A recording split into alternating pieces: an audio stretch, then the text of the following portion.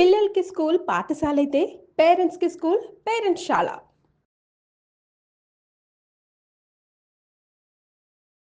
నమస్తే. మీరు చూస్తుంది సుమన్ టీవీ. నేను మీ కీర్తి. నాతో పాటు ప్రముఖ ఆస్ట్రాలజర్ బ్రహ్మశ్రీ గోరుగుంట్ల సురేష్ బాబు గారు ఉన్నారు. నమస్తే సురేష్ బాబు గారు. కీర్తి గారు నమస్కారం అండి. సో ఆగస్ట్ 1 నుంచి 31 వరకు ద్వాదశ రాశుల వరకు ఎలా ఉంటుందో తెలుసుకోబోయే ముందు ఆగస్ట్ నెలలో రాబోయే పండుగల గురించి ఒకసారి మాట్లాడుకుందామండి. సో కీర్తి గారు, మనకి ఆగస్టు మంత్ వచ్చేటప్పటికి అష్టమితో స్టార్ట్ అవుతుందండి. అష్టమితో స్టార్ట్ అయ్యేది మాసం మనకి శ్రావణ మాసం అష్టమితో స్టార్ట్ అయ్యి సప్తమి భాద్రపద మాసంతో ఎండ్ అయిపోతుంది అనమాట. ఈ యొక్క 31 డేస్లో చాలా చాలా విశేషకరమైన పండగలు, తర్వాత పర్వదినాలు ఉన్నాయి. అవి ఏంటో చూద్దాం. ఫస్ట్ వచ్చేటప్పటికి మనకి శ్రావణ మాసం అనగానే శుక్రవారాలు చేసుకుంటాం, సోమవారాలు చేసుకుంటాం, మంగళగౌరి వ్రతాలు చేసుకుంటూ ఉంటాం అనమాట. బట్ మోస్ట్ ఇంపార్టెంట్ పండుగ, అందరూ మోస్ట్ ఫేవరబుల్ ఏంటంటే వరలక్ష్మి వ్రతం చేసుకుంటూ ఉంటాం. వరాలు మనకు ఉంటాయి కాబట్టి మనం అనుకుంటాం అడిగితేనే కోరికలు మనకు దేవతలు ఇస్తారని. అడగకుండా కూడా చాలా కోరికలకు మనకు ఆల్రెడీ అమ్మవారు ఇస్తూనే ఉంటారనమాట. ఒక మనిషి ఉదయం నుంచి సాయంత్రం లెగిసే వరకు 800 కోరికలు దేవతలు అడగకుండానే మనకి ఇస్తూ ఉంటారు. మనం చూస్తూ ఉంటాం, వింటూ ఉంటాం, నిద్రపోతూ ఉంటాం, లెగుస్తూ ఉంటాం. టిఫిన్ కావాలి, బ్రేక్ఫాస్ట్ కావాలి, లంచ్ కావాలి, డిన్నర్ కావాలి, స్నానానికి నీళ్లు కావాలి, ఐఫోన్ కావాలి, ఇన్స్టాగ్రామ్ కావాలి, యూట్యూబ్ కావాలి, ఇవన్నీ ఆటోమేటిక్గా వచ్చేస్తుంటాయి. మనం అడగం కదా, బై డిఫాల్ట్ వచ్చేస్తూ ఉంటాయి అనమాట.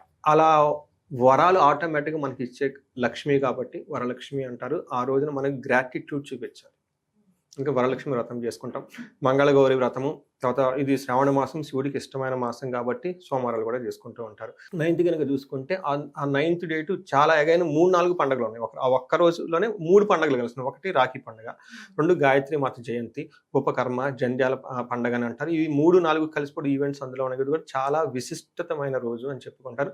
పర్టికులర్గా వేదాభ్యాసం చేసేవాళ్ళు, ఆధ్యాత్మికత ఉన్నవాళ్ళు, ఈ శ్లోకాలు, జ్ఞానము, తర్వాత రహస్యాలు ఇవన్నీ తెలుసుకోవాలనుకుంటే అది చాలా చాలా జంధ్యాలు మార్చుకుంటారు, జన్యు మార్చుకుంటారు ఆ రోజు. తర్వాత దీంతో పాటు మనకి శ్రీకృష్ణ జన్మాష్టమి ఉంది 16వ తారీఖు, 27వ తారీఖు వినాయక చవితి ఉంది.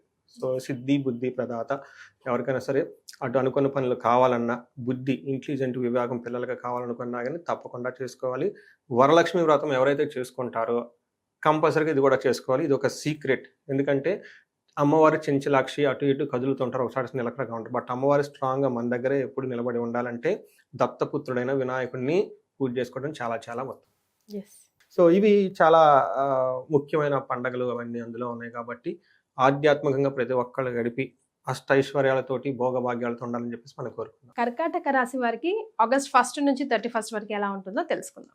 ఈ మాసం కనుక చూసుకుంటే కర్కాటక రాశి వాళ్ళకి మిక్స్డ్గా ఉండే రిజల్ట్ ఉంటుందండి. కొంతమందికి జాబులు ఇబ్బంది పడే అవకాశం ఎక్కువగా ఉంటుంది, కీర్తి ప్రతిష్టలకు కొంచెం ఇబ్బంది పడే అవకాశం ఎక్కువగా ఉంటుంది. అంటే ఓవరాల్గా చూసుకుంటే ఒక 50-50, కొంత విషయాల్లో బాగుంటుంది, కొన్ని విషయం బాగుండదని మనం చెప్పుకోవాలి. అందుకని ఈ మంత్లో కొంచెం వీళ్ళు ఆలోచించుకొని ప్లాన్ చేసుకుంటే బాగుంటుందని చెప్పేసి మనం చెప్పుకోవచ్చు. ఫస్ట్ కర్కాటక రాశి కనుక చూసుకుంటే ఇందులో పునర్వసు 4వ పాదం ఉంటుంది, పుష్యమి 1, 2, 3, 4 పాదాలు, ఆశ్లేష 1, 2, 3, 4 పాదాలు అంతా కర్కాటక రాశిలో ఉంటారు. పేరు బలం కనుక మనం చూసుకుంటే హీ, హూ, హే, హో, డా, డీ, డూ, డో అన్న లెటర్స్ అంతా కూడా కర్కాటక రాశి. ఈ అక్షరాలు మోరార్లెస్ ఇదే సౌండ్తో వాళ్ళ పేర్లు ఉన్నా కానీ మనకి కర్కాటక రాశి కింద వస్తుందని తెలుసుకోవాలి.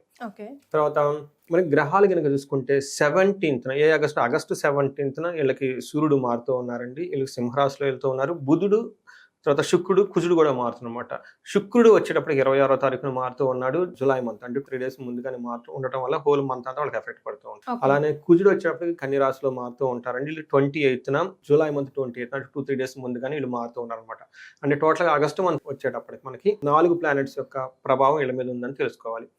సో మనకి సూక్ష్మ గోచారం, లఘు గోచారం కాన్సెప్ట్ ప్రకారం కనుక మనం చూసుకుంటే వీళ్ళకి ఏం చెప్తారంటే మహర్షులు మనకి టీవీలో హెడ్లైన్స్ లాగా ఒక వెరీ షార్ట్గా మనం ఆ మంత్ ఎలా ఉందో తెలుసుకోవచ్చు. మనం కనుక చూసుకుంటే వీళ్ళకి ధనలాభం, పరాభవం, అర్ధప్రాప్తం. అంటే ఏ ప్రకారంగా కనుక చూసుకున్నా కానీ ధనం, అర్ధప్రాప్తి, విత్తసిద్ధి, అంటే ఏ ప్రకారంగా చూసుకున్న ధనం విషయంలో చాలా బాగుంటుందని మనం చెప్పుకోవచ్చు. అయితే పరాభవము, అవమానం జరిగే అవకాశం ఎక్కువగా ఉంటుంది. ఇది ఒక్కటి మాత్రం కొంచెం జాగ్రత్తగా ఉండాలి, మిగతా అన్ని విషయాల్లో బాగుంటుందని మనం చెప్పుకోవచ్చు. మనకి సూర్యుడు వీళ్ళకి 2nd హౌస్లో ఉండటంతో ఏమవుతుందంటే వీళ్ళకి ఈ మంత్ అంతా ఎక్కువగా ఇది బాగుండాలో బాగలేదన్నది ఇలా చేతుల్లోనే ఉంటుందని మనం చెప్పుకోవచ్చు. ఇది ఎందుకంటే 50-50గా ఉంది. సో వీళ్ళు కొంచెం ఏమంటారు, రెక్లెస్గా ఉండటం, ఇంట్రెస్ట్గా ఉండటం, అశ్రద్ధగా ఉండటం, ఎలా పడితే అలాగనే పనులు చేసుకుంటే ఈ 50% కాస్త ఇంకా నెగిటివ్ అయిపోయి ఖచ్చితంగా ఇబ్బందులు పడిపోతాం. అందుకని 50% గాడ్ బాగుంది, మిగతా 50% మీరు కొంచెం ఇంటెలిజెంట్గా ఉండేసి ఏది చేయకూడదు ఏది చేయాలని ఆలోచించుకొని టైంతో ఉండాలి. త్వరగా వెళ్లకుండా ఉంటే చాలా మంచిది. మనకేం చెప్తారు, సెకండ్ హౌస్లో సూర్యుడు ఉండటం వల్ల హీనత్వం, దుష్ట సంసర్గో, మనస్తాపో, శిరోవెద, కృషి నిష్ఫలం, వాణిజ్యం, విత్తరాశిగతో అని చెప్తారు. రెండో ఇంట్లో కనుక సూర్యుడు ఉంటే వీళ్ళకి ఏం చెప్తారు, ఫిజికల్గా వీక్నెస్గా ఉంటుంది. దుష్ట సంసర్గో, దుష్టులతో సమాసం పెట్టే అవకాశం ఎక్కువగా ఉంటుంది. తర్వాత శిరోవెద, ఎక్కువగా హెడేక్ వచ్చే అవకాశం ఎక్కువగా ఉంటుంది. నిష్ఫలం, కృషి, వాణిజ్యం, బిజినెస్ చేసిన వ్యవసాయం చేసిన అందులో ఎక్కువగా రిజల్ట్ ఉండదు అని చెప్తూ ఉంటారు. లాస్ట్ వస్తే అని చెప్పలేం కానీ రిజల్ట్ అయితే ఉండదు అని చెప్తూ ఉంటారు. కాబట్టి కొంచెం జాగ్రత్తగా, ఫలితం ఉండకపోవచ్చు. బట్ బేసికల్గా మనుషులకి దుష్ట సంసర్గం, చెడు సవాసాలు పెట్టే అవకాశం ఎక్కువగా ఉంటుంది. ఆ తర్వాత మళ్ళీ బాధపడతారు, అయ్యో అనవసరంగా పడ్డాము ఏంటి అని చెప్పేసి. ఆల్రెడీ ఉన్న పరిస్థితి 50-50గా ఉంది. దీంట్లో ఇంకా చెడు సవాసాలు పెట్టేసి వాళ్ళు ఏదో చేసి ఇది కాస్త పోతుంది. కాబట్టి ఈ మంత్ కొంచెం జాగ్రత్తగా ఉండటం ఈ కర్కాటక రాశి వాళ్ళకి ఎంతైనా అవసరం. తర్వాత వీళ్ళకి గొడవలు అయ్యే అవకాశం కూడా ఎక్కువగా ఉంటుంది. కొంచెం జాగ్రత్తగా ఉండాలి. గొడవలు అయితే అని మీకు ముందుగా తెలిసింది కాబట్టి కొంచెం దూరంగా ఉండండి. ఎవరిని ఏదైనా అన్నా కానీ దాన్ని పట్టించుకోకుండా అలా ఏమంటారు, చూసి చూడనట్టు అంటారు చూడండి, అలా వదిలేసుకుంటూ వెళ్ళిపోతే బాగుంటుంది అని చెప్పుకోవాలి. నెక్స్ట్ కుజుడు వీళ్ళకి యోగ్యతని ఇస్తూ ఉన్నాడండి, చక్కగా తీసుకొస్తున్నాడు. కానీ కుజుడు ఇచ్చే యోగ్యతకరమైన రిజల్ట్ వీళ్ళకి ఎక్కువగా ఎక్స్పీరియన్స్ విపరీత వేద ఉండటం వల్ల మనకి ఏం చెప్తారంటే శాస్త్రంలో మహర్షులు, కుజుడు 3వ ఇంట్లో ఉంటే విత్తలాభం, ఆరోగ్యం, ఇష్టసిద్ధి, సుఖావహ, వస్త్రలాభో, ధన ప్రాప్తి, తృతీయ కుజ అని చెప్తారు. అంటే ఈ ప్రకారం కనుక చూసుకుంటే ధనం విషయంలో లాభం ఉంటుంది, ధాన్యం విషయంలో లాభం ఉంటుంది. తర్వాత ఇష్టసిద్ధి, సుఖావం, అనుకున్న పనులు అయితే చక్కగా జరుగుతుంది, లగ్జరీగా కంఫర్టబుల్గా ఉంటారు అని చెప్పొచ్చు అనమాట. మనకి ధన ప్రాప్తి ఉంటుందని చెప్తారు. అయితే ఇవి ఎక్కువగా వీళ్ళకి ఎక్స్పీరియన్స్ అవ్వరు అని చెప్పుకోవచ్చు. అంటే అంత హై లెవెల్లో ఉండదు, తక్కువగా ఉంటుంది, మోడరేట్గా ఉంటాయి అని చెప్పుకోవాలి. ఇంతేకాకుండా వీళ్ళకి ప్రాఫిట్ ప్రకారంగా ఏది చూసుకున్న జాబ్లో బాగుంటుంది, మనీ విషయంలో, ప్రాఫిట్ విషయంలో చాలా చక్కగా బాగుంటుంది అని మనం చెప్పుకోవాలి.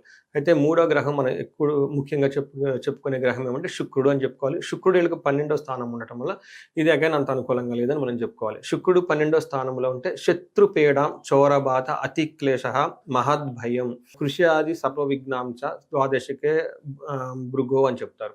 ఏదైనా కనుక పని చేస్తే అందులో కూడా రిజల్ట్ రాదు. మనం ఇందాక చెప్పుకున్నా, సూర్యుడు సరిగ్గా రిజల్ట్ ఇవ్వరు, శుక్రుడు కూడా సరిగ్గా రిజల్ట్ ఇవ్వరు. తర్వాత ఏదైనా కనుక కష్టపడితే అందులో ఆటంకాలు వచ్చే అవకాశం ఎక్కువగా ఉంటుంది.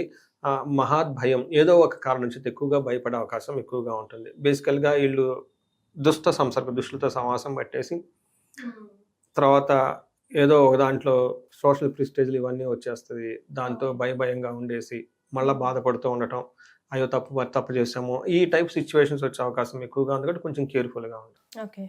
సో ఇది మనకు సీక్రెట్ ఆల్రెడీ ముందుగా చెప్పాం కాబట్టి మిగతా అన్ని విషయాల్లో బాగుంది. కాబట్టి ఆ విషయాల్లో కొంచెం జాగ్రత్తగా ఉంటే మిగతా విషయాల్లో బాగుంటుంది. రైట్. మరి నక్షత్రాల ప్రకారం కర్కాటక రాశి వరకు ఎలా ఉంటుందండి? సో నక్షత్ర ప్రకారం కనుక చూసుకుంటే వీళ్ళకి మిక్స్డ్గా ఉంది అని చెప్పుకోవాలి. ఫస్ట్ ఇందులో పునర్వసు, పుష్యమి, ఆశ్లేష 3 నక్షత్రాలు ఇందులో ఉంటాయి. పునర్వసు వాళ్ళకి కనుక చూసుకుంటే ఐశ్వర్యవంతంగా ఉంటుంది, సంపదలు, ధనలాభం ఉంటుంది, మృష్టాన్నం అంటే చక్కగా ఫుడ్ అంతా తింటూ ఉంటారు. ఇవన్నీ పాజిటివ్ సైడ్లో ఉన్నాయని చెప్పుకోవాలి. నెగటివ్ సైడ్లో ఏమంటాయంటే కలహము, నాశనము అని 2 చూపిస్తూ ఉన్నాయి. అంటే గొడవలు అయ్యే అవకాశం ఎక్కువగా ఉంటుంది. ఈ గొడవలు కూడాను వీళ్ళు ఎగ్జిక్యూట్ చేయాల్సిన వర్క్ గురించి, లేదంటే వాళ్ళ యొక్క అన్నాదమ్ముల గురించి గొడవలు వచ్చే అవకాశం ఎక్కువగా ఉంటుంది. ధనం గురించి కూడా వాళ్ళకి గొడవలు వచ్చే అవకాశం ఎక్కువగా ఉంటుంది. పుష్యమి నక్షత్రం వాళ్ళకి కానీ ఐశ్వర్యవంతంగా ఉంటుంది, సంపదలు ఉంటాయి, మృష్టాన్నం ఉంటుంది. వీళ్ళకి 2 ప్రాబ్లమ్స్, ఒకటి నాశనము, కలహము ఉంటుంది. అంటే ధనం విషయంలో అనుకున్నది రాక ఇబ్బంది పడే అవకాశం ఎక్కువగా ఉంటుంది, గొడవలు అయ్యే అవకాశం కూడా ఎక్కువగా ఉంటుంది.